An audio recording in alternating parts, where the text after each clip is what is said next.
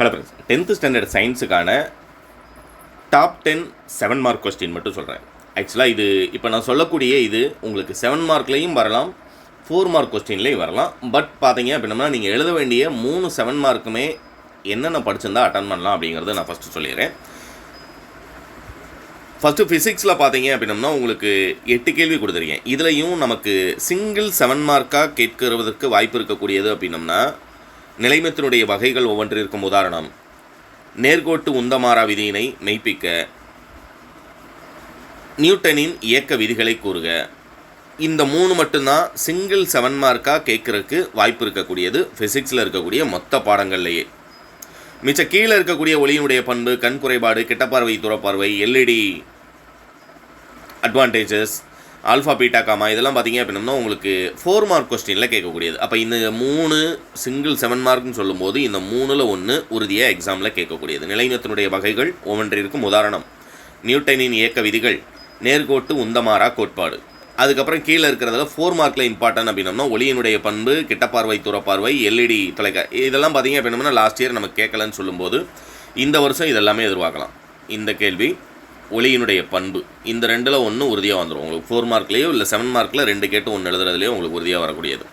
அடுத்து கீழே வந்தீங்க அப்படின்னம்னா கெமிஸ்ட்ரியில் பார்த்தீங்க அப்படின்னம்னா நவீன கொள்கையினுடைய சிறப்பம்சம், உப்பு மூலக்கூறு நிறை, ஆவி அடர்த்தி இடையே உள்ள தொடர்பு, அன்றாட வாழ்வில் pH மதிப்பு, இந்த 2ல் 1 உறுதியாக வந்துடும்.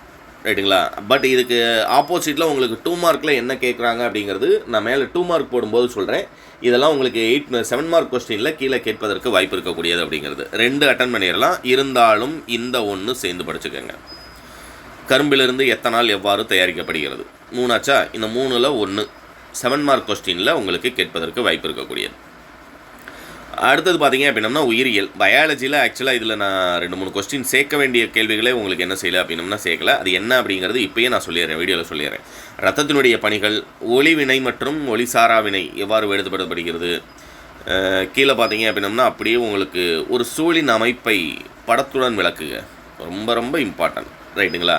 இது போக மேலே கொடுத்துருக்கிறதுல பூக்கும் தாவரத்தின் பாலின பெருக்கத்தில் நடைபெறும் நிகழ்வுகள், மருத்துவத்துறையில் உயிரி தொழில்நுட்ப பிரிவுகளின் முக்கியத்துவம், HIV வைரஸ் பரவக்கூடிய பல்வேறு வழிகள், இதய நோய் வராமல் தடுக்க மேற்கொள்ள வேண்டிய முன்னெச்சரிக்கை நடவடிக்கை, இதெல்லாம் பார்த்தீங்க அப்படின்னம்னா உங்களுக்கு பயாலஜியில் உங்களுக்கு 7 மார்க்கில் அதாவது 4+2 அதாவது 4 மார்க் 2 மார்க்னு கேட்டு 7 மார்க் கொஸ்டினாக கேட்கக்கூடிய கேள்விகள் இது எல்லாமே.